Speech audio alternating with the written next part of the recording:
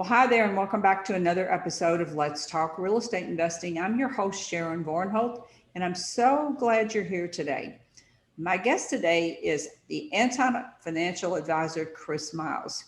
Chris teaches entrepreneurs and professionals how to get their money working for them. He's an author. He's the host of his podcast, The Chris Miles Money Show. He's been featured in U.S. News, CNN Money, and EOFire, and he's a proven reputation with the company Money Ripples for getting his clients fast financial results. Welcome to the show, Chris. Hey, it's a pleasure to be on, Sharon. Let's get it started a little bit. This is a fascinating topic. Let's have everybody have you tell everybody a little bit about your background. Yeah, so I started almost 20 years ago as the mainstream traditional financial advisor, right? Mm-hmm. My initial goal was when I came out of college, or even took a college break, I guess you could say. I kind of dropped out of college, was to become a business consultant. But I figured if I'm going to become a business consultant, I should have real life business experience, right? So I took a break and I said, all right, what kind of business can I do? And the first one that came up was being a financial advisor, right? I didn't realize it just took anybody off the street as long as you could pass a couple tests, I thought it was something like you had to really interview for. I was like dressing up. I was like trying to impress them. And they're like, all right, fine, we'll let you in, not realizing I had a heartbeat, they would let you in, right? So they did. I got in, and I actually started liking the entrepreneur path as being my own boss. And so I actually dropped out of college with one class to go before my degree, dropped out. It wasn't even a class. Actually, it was a paper I had to write. That was it. I bet your parents were ready to kill you. Oh yeah, absolutely. Yeah, they thought I was crazy. And there's still some that might think I am today, but I have to say that definitely a sociology degree would not be paying me what I'm paid right now. So, anyways, I went down that path of being the mainstream financial advisor and did that for 4 years. But I'm one of those guys. I like evidence. I like things to know that they're real. And I remember I'd meet with certain people, especially if they were more investor minded or business owner minded, and they would kind of question me on a lot of things. They'd say, well, is that really true? Should I really be throwing my money into the stock market to gamble it away when I could put money in my own business stock, right? Or I could go and buy real estate properties. And I'm like, yeah, but look at this chart, since 2000 BC, real estate's only done 3%, but the market's done 10 or 12% average, right? Not actual, but average. So you should be in the market, or you should diversify. You should put all your eggs in that one basket. Mm-hmm. Well, anyways, after a period of time, a guy I had trained in the industry to be a financial advisor himself, he quit. So he quit on me. He said, I'm going to go do real estate investing with my dad. And I said, well, good luck, because I know a lot of people that go to try to live their dreams that way, and they come right back, saying they need money. Well, 4 months later, this is the end of 2005, I go and call him up, wish him Merry Christmas, Happy New Year. And just kind of catching up with him. And I said, well, how are things going? He said, amazing. He's like, we are doing so great right now with our real estate business. In fact, my dad has now doubled his income as being a professor at the local university, just double his income with real estate investing. Right. I said, in 4 months, he's doubled his income? Yeah. Come on. That sounds too good to be true, right? I'm sure you guys have heard that before. It's like, that sounds too good to be true. Well, we started getting this little back and forth exchange, right? And finally, he stopped me. He said, Chris, he's like, how many of your clients are truly financially free where they don't worry about money, right? Now, I don't mean the ones that are retired. I mean the ones that aren't worried about money in retirement. And I thought of even those retired doctors, and I said, none. No, none of them are, right? They're all kind of worrying about money. They watch CNN, which makes anybody worry if you watch CNN, right? So I said, well, none. He's like, well, good job, Chris. Okay, well, how about this, Chris? How many of you guys as financial advisors are financially free, not off the commissions you're earning, but actually off doing the investments you've been recommending? Because I know guys that have been doing this since the mid to late 70s. So if anybody should be financially free, it should be you guys. And I said, none. I don't think any of them are. He said, there is your problem.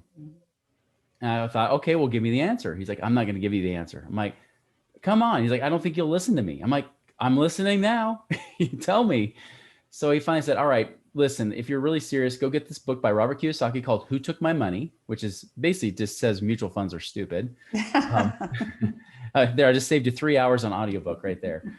Mutual funds are horrible, and he proves it. And actually I was already seeing that myself, but I was having a hard time, a battle. My heart was at war because I was making money off that. But at the same time, I'm like, it's not quite working. Right. And then he said, listen to this radio show, this AM radio show that these real estate investors were on that were local. And, I started to listen to that and started to realize that they would make fun of the things that financial advisors teach, right? They wouldn't just say, yeah, some of it's good. They'd say, no, this is all crap. Mm-hmm. And so it took me about 2 months. And finally I said, that's it. I'm done. I can't teach this anymore because I know the truth. I know the real numbers. I know they're not what they claim to be. I know that the real rate of return on the stock market is only about 7.5% to 8% before you have fees taken out and before you have taxes taken out and before you factor in inflation and all that stuff, right?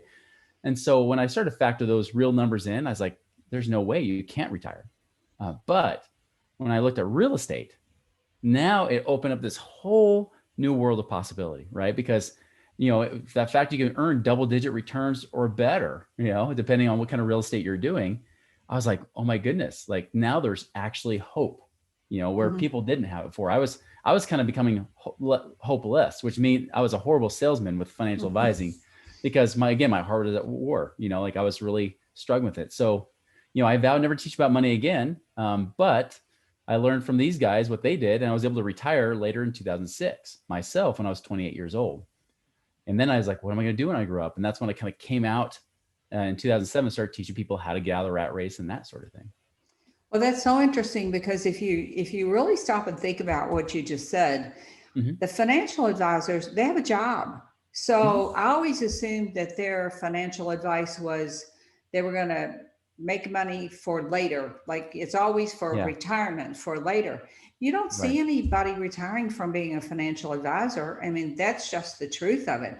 It's true. And with real estate, there is no denying that you get better returns. You've got multiple ways to make much more reliable money than you do with, stocks and bonds and all the other things.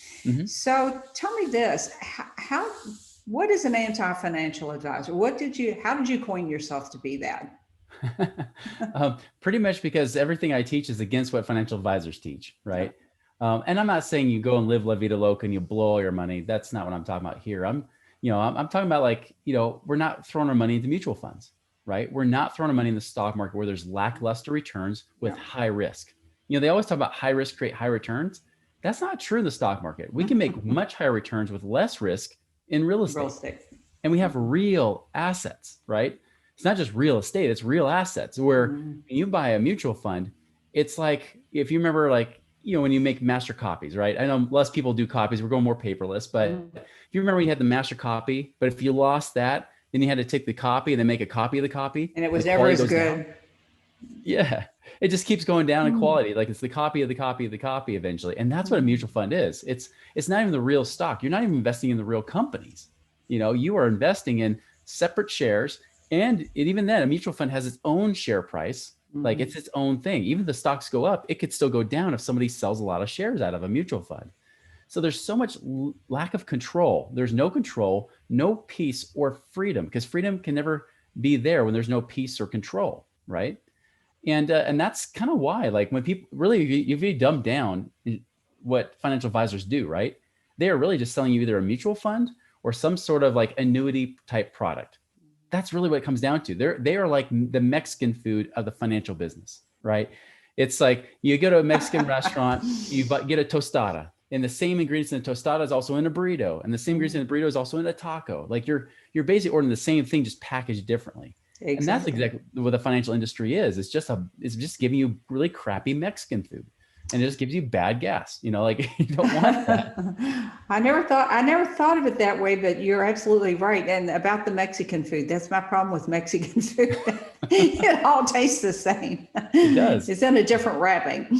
So if you're the anti-financial advisor, what's an anti-financial plan? So an anti-financial plan says, how do we do something different? How do we take like these more alternate routes, these alternate investments, right? The things that financial advisors will not and cannot sell you, which is why I don't sell you those financial products, right? Like I said, I quit, but then I came back out. Now I work more as a consultant, like a connector and a strategist, right? It's like, okay, how do we connect to the right deals? Are you buying your own real estate properties? Are you doing more turnkey? Because most people that come to me are looking for very passive type stuff, right? They don't want to be active. Now, I know there's many of you guys that are doing active, which is awesome. And I encourage that too. It's like, great, keep doing the active thing. If you're wholesaling, do wholesaling. If you're rehabbing, do rehabbing. Awesome. Like that's your economic engine. Also, how do we create more passive income to help build that out, that really help kind of round you out a little bit more, right? So that's the kind of thing I'm more focused on is how do we create more passive income? Do we do it with real estate or turnkey properties? Do we do it with, with funds or notes, or do we do it with syndications or whatever it might be? Like we are looking for ways to get you to that number where, if you stop actively doing your work, whether it's your business or your job or whatever it is, you can keep going regardless. And that's really what it's all about.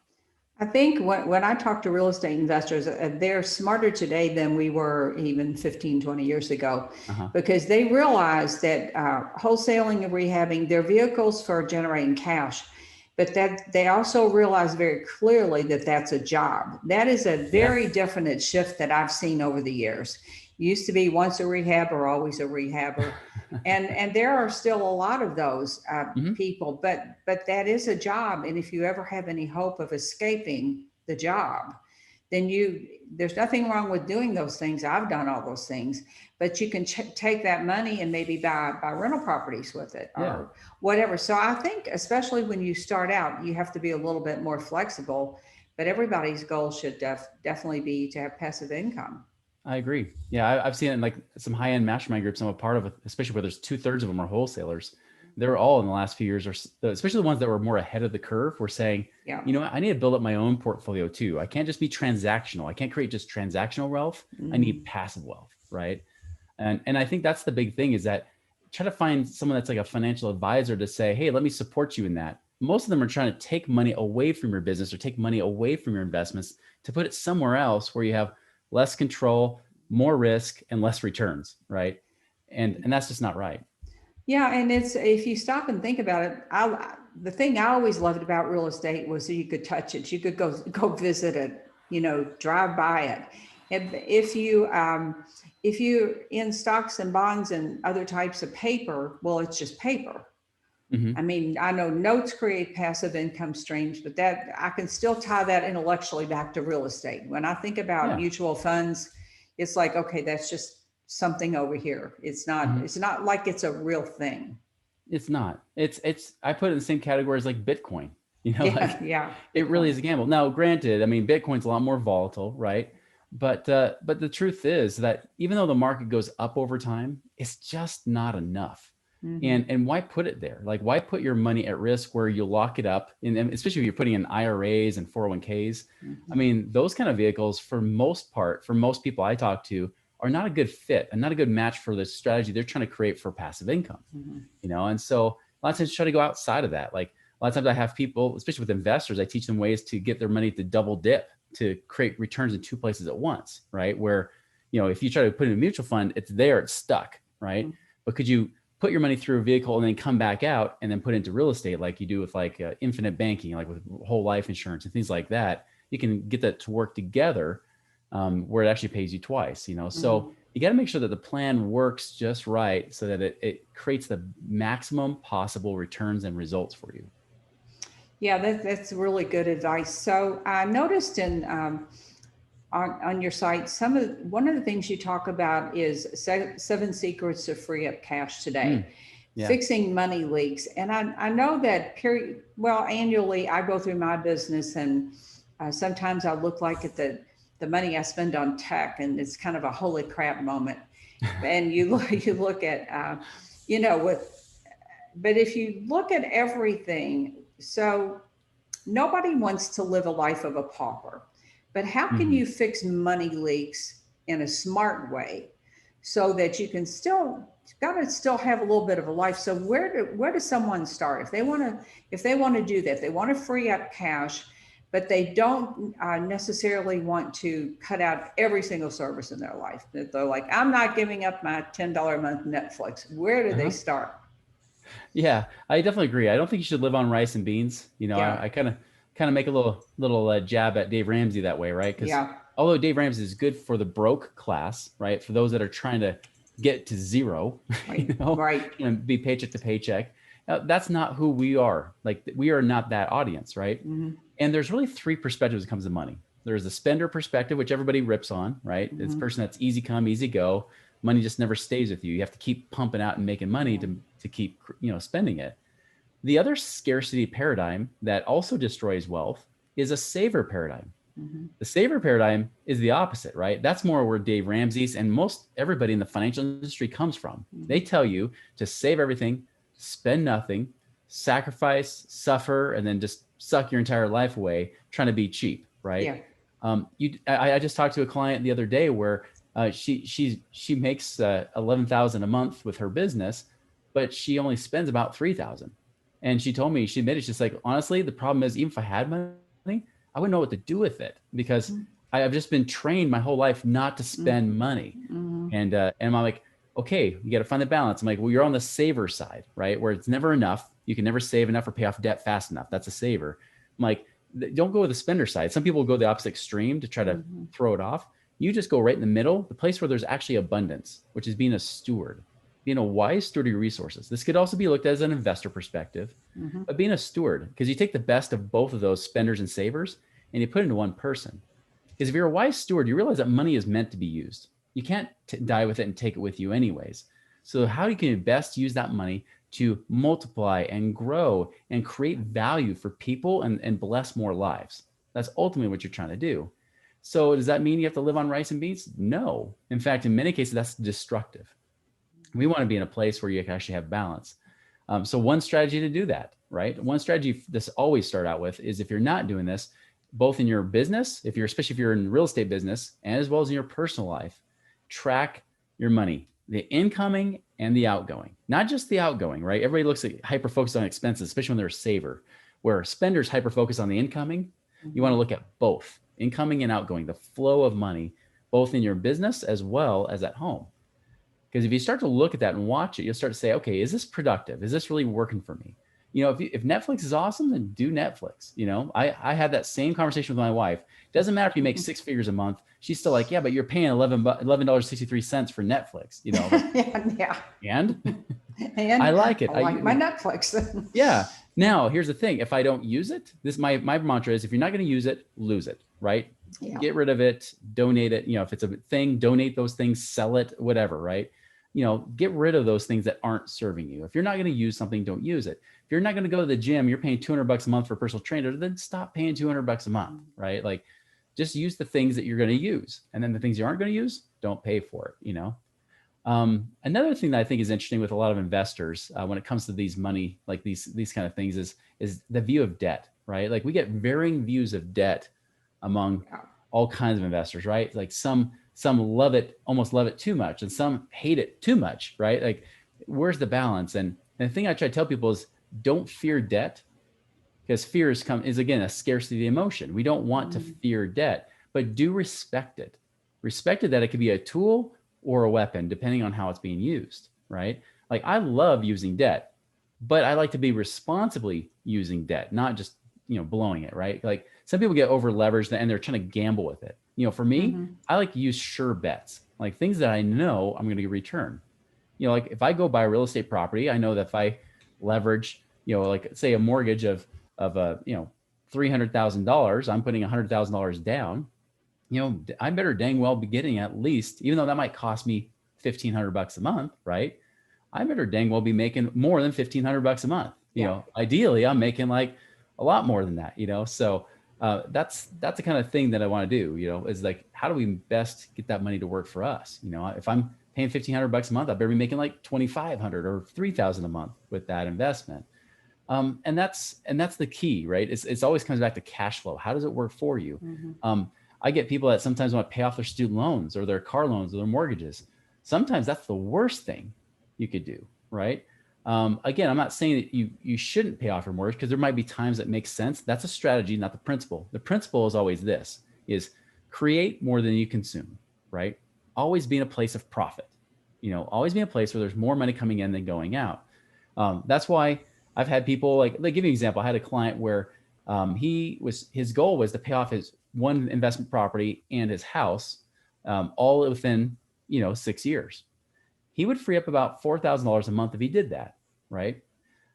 Now, I said, instead, I'm like, one, I know it's an investment property. It's in California. If you're on the West Coast, pretty much if it's an investment property, you probably shouldn't have it.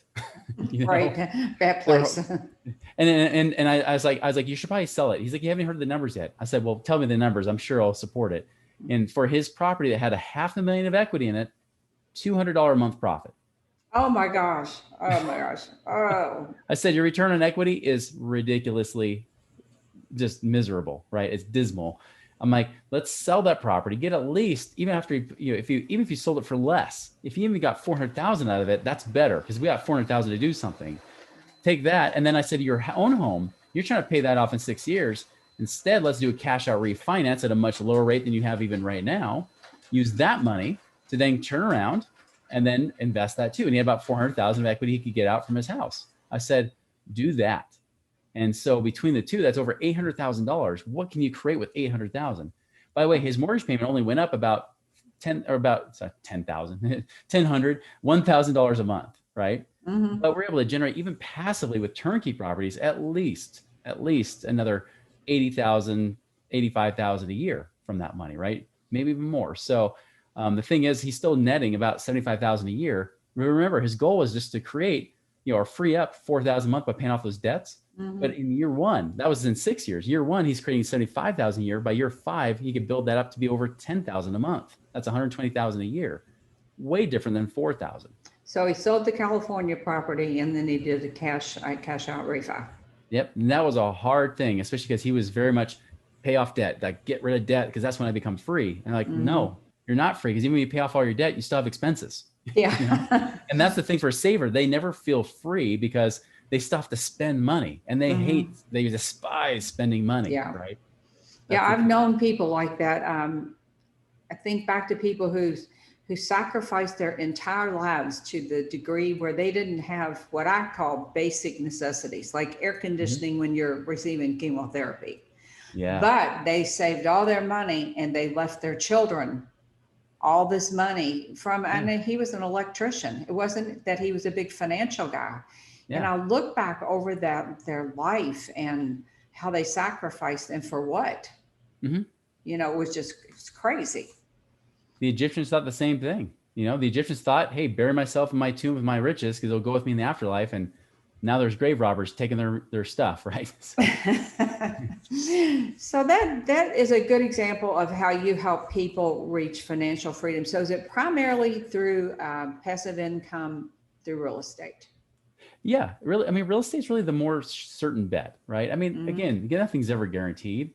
But if I'm going to bet on, between that and the stock market, there is no doubt real estate is a much easier game to play, especially those of us who are already in real estate. It's kind of a no-brainer, right? But again, like, who's going to give you advice to say, yeah, you should go buy real estate? It's not in anybody's self-interest to do that, especially if all they do is sell you mutual funds. And so that's why we got to, you got to create a plan that really, I mean, it's good to keep creating transactional wealth. If you're just going out there rehabbing or wholesaling, awesome. But the thing is, at some point you're going to say, when is this going to stop? Like, when is this money going to stick? And I can work because I want to, not because I have to. Right. That's the place of freedom you want to get to. Well, yeah, unless it gives me a perfect segue to circle back to your, the 2 times that you retired. So you mentioned one, you retired in your 20s. So let's circle back and talk about that. So you were 28? Yeah, I was 28. 28? Yep. So I was 28, and that one was almost accidental. Kind of like you became an accidental wholesaler, right? Yeah. I became accidentally out of the rat race. Everybody wants to know how you did that. Yeah. Well, yeah. So, I mean, I started, like, when I started learning from these guys, they would focus more on economic principles more than strategy, which I'm so grateful for, because I mean, the strategy is the easy thing, right? But your mind and everything else, and understand the real principles so that you can adjust and change the strategies as time goes on, that's key. And so one of those guys, he was talking to me, he said, at the time I quit being a financial advisor, but I was still teaching ballroom dance at the local university. A little known fact, I was one of the nation's top amateur ballroom dancers. And then I was also doing things like mortgage broker, being a mortgage broker, right? So of course, 2006, that was a great time to be a mortgage broker. So anyways, he asked me, he said, Chris, do you like doing mortgages? I said, well, I like teaching and helping them strategize to get there, but I hate the paperwork. I hate, people calling me at all hours of the day, wondering if their loan's going to close after they just submitted the application yesterday. Yes. All that stuff. He said, all right, well, why don't you refer it to somebody who does like doing that? And I said, wait, you mean like share? Which in a scarcity paradigm, I never wanted to share or split business, right?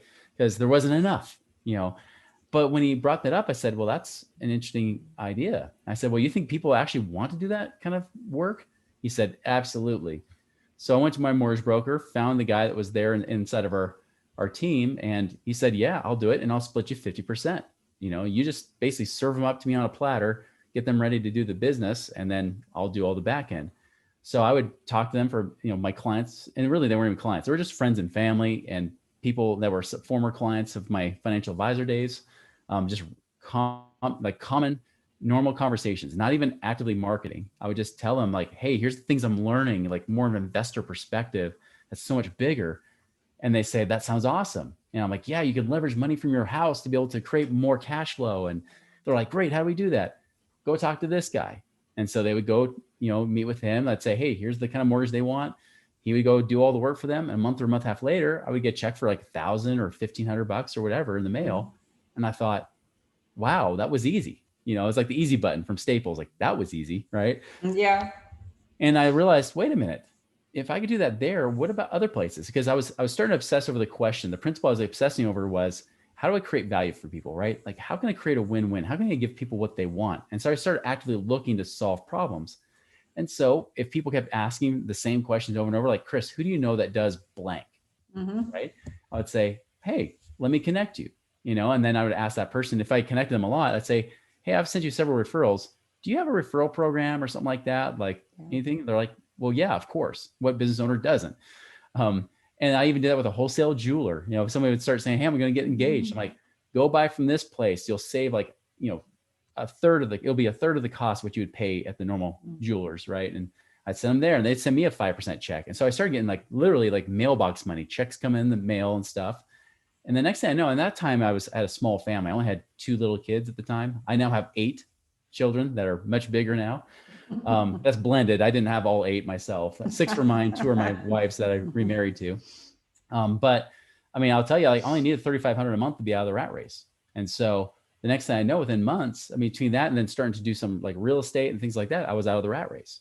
And I thought, holy cow, that was way easier than I thought. I mean, my expectation was, if you think about the traditional advisor model, it's save up all this money in your mutual funds, live on it as of today, not as of the 1970s numbers. Where they used to say you live on 4%. That's too much. You would outlive your money. It's got to be 2%. So if you're living on 2%, right? Say you save up $1 million in mutual funds, 2% is $20,000 a year. Yeah. It's ridiculous, right? So basically what I was doing was I did the same equivalent with very little money. I was able to do the same equivalent that I'd have to save $2 million for. And that blew my mind that was possible. Because again, it was about cash flow, not about, how much savings and net worth and all that stuff, right? So that was the first time. Now, the reason it was 2 is not a good reason. You should only do it once. Now I got a little too big for my britches, right? I started thinking I had the Midas touch and everything I touched turned to gold. Well, I started gambling with my real estate. I started doing more transactional real estate in the sense of like buying for appreciation, not for cash flow. Yeah. Well, that didn't work so hot in 2007, right? So I hit that fan. Yeah, I went from millionaire to upside down millionaire, had about 1.1 million of debt that I had to pay off. I didn't file for bankruptcy, but I was in the whole 16,000 a month every month in cash flow. So I had to dig out of that little hole. It was not easy. No money, no credit. Had to dig back out of that. Eventually I did. It was not for the sake of lack of hard work. Dug myself back out of it, really clawed my way back out. And by the end of 2016, I was able to do it again. This time though, I made sure that I had a variety of streams of income. I had still residual from business, but I also had passive streams of income from investments too. And so that time, then 2016, now I'm like I was able to hit about the $15,000 a month mark passively. So that's why I did it twice. So I don't recommend that. But it comes back to the point though, is that it still shows that this works, right? Like, even if you mess up, and I tell people all the time, like when I see their situation, they're like, oh, am I hopeless, Chris? Honestly, you're in a better spot than I was in. So if I can get out, not just once, but twice, I'm sure you can too. And I think that's, if there's anything, I probably inspire more hope than anything. Well, 2007, 2008, it was hard on a lot of people. Boy, but if it's funny because so many people were just sailing along with their plan. And that's kind of what I look at today. I had a meeting last night where we talked about the art of the pivot. Yeah. And you had better be able to go to plan B really quickly, because while this is a different situation than 2007, 2008, is very much similar in that there are going to be some big economic challenges coming.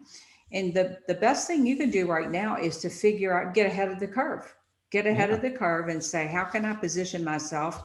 And is my business model going to be working then? And even on rentals, the mistake I made at that time was I had rentals that were probably B minus going into 2008 and came out of C minus. Just like that, they lost 50% of their value overnight. Wow. And you're right. It's hard to come back. It's hard to come out of that. And with your sanity, first of all. But, I can see people that are going to be in that position again. They've got mortgage deferments, and they don't know that the piper is going to come due one day, and then, okay, where's all your money for this 6 months? And I feel bad for people, but I think from your perspective, knowing that you dug yourself out, it will give people lots of hope. I will say that. You're so right. I mean, I think part of the problem why it went as painful as it was for me in the last recession is because I was refusing to believe I had to pivot, right? I was like, I just got to work harder. Like, I'm going to make this happen, right? Like those magic words that could be killer words, trying to make it happen, right?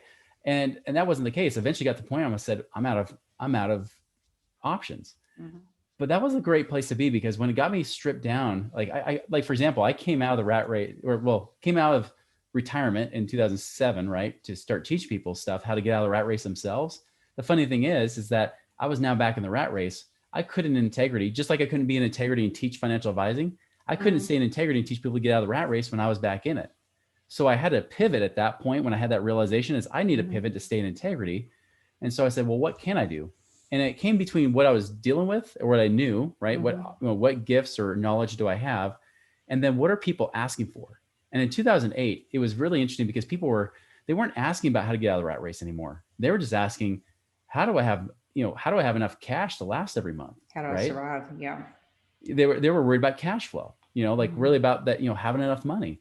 And I remember I'd see their situations and I'd think, oh man, they're like, yeah, is it hopeless? And I'm thinking in the back of my mind, I wouldn't say it out loud at the time, but I think in the back of my mind, it's like, if my situation is this bad, yours is easy, right? And so a lot of them would say, Chris, I would love to hire you, but I can't find the money to do it. And I would say, well, if I can find the money, would you hire me? They said, well, yeah, of course. I said, great. Okay, here's what we can do. And I'd get them, do the strategy to help get resourceful and find money so they could pay me and even help free up more cash flow, right? And that's when I realized that there's a different way to pay off debt than what I had done before, which is just based on interest rate. I tell people now to ignore the interest rate, and now we focus on what I have in what's called a cash flow index to use to determine which debts to pay off and which ones not to. And I started teaching them things like about, moving money around in a way that creates more cash flow, right? Just like you see in that ebook on my website. And that's really where it came from. It came from me struggling with my own crap, and then the solutions I had to create for myself that I also taught my own clients to help them free up money. And by the way, that was even without them investing a dime. That wasn't them necessarily investing money, creating passive income. That was just getting themselves to a place where they can get cash flow manageable so they could have more money to invest, right? And that's really what that purpose of that book is if you can't find the cash, great. Well, then here's some creative ways to find it. To find the cash. And that's a resource on your website. It is. Yeah. It's on moneyripples.com there. Yeah. Okay. Well, Chris, one final question I have to ask everybody is what good books are you reading now? I just finished a book. I mean, I'm reading other books. I mean, I just got done with The One Thing, which is always a great book. Another one that really inspired me, it surprised me, was a book called Shoe Dog, Shoe which Dog. was, Yeah, I've heard of that. I've not read that one though. yeah, it's by Phil Knight, who's the owner of Nike. Hmm. Talks about his story, and man, like so many great lessons in that book just with his story, so I really enjoyed that book. Well, I'll put that on my list. I have a very long list and a very big stack of books here right now. I need like a reading month or something. That's why I have my Audible and I put it like at almost double time speed, so I can get through Double them time it. faster. Well, Chris, I want to thank you so much for coming on the show. There couldn't be a more timely topic than money and finding money and being smart with your money. And I want to encourage everyone to check out his podcast, The Chris Miles Money Show, because I always listen to my guests' podcasts before I have them on the show, and I can definitely recommend this one. So tell everyone what's the best way for them to reach you.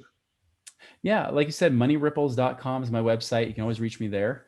And like you said, the Chris Miles Money Show is a great place to learn all kinds of things. By the way, if you ever question about the 401k and whether it makes sense, I actually proved by the numbers that a 401k with an employer match will never, ever get you to retirement, even if you max fund that thing. So pretty good episode you want to check out for sure. Great information. Well, folks, that's it for today. And if you like this show, please leave us a rating and a review on iTunes. I would so much appreciate it. So I will see you all same time, same place next week. Bye for now and have a great rest of your week. Thanks, Chris. Thank you.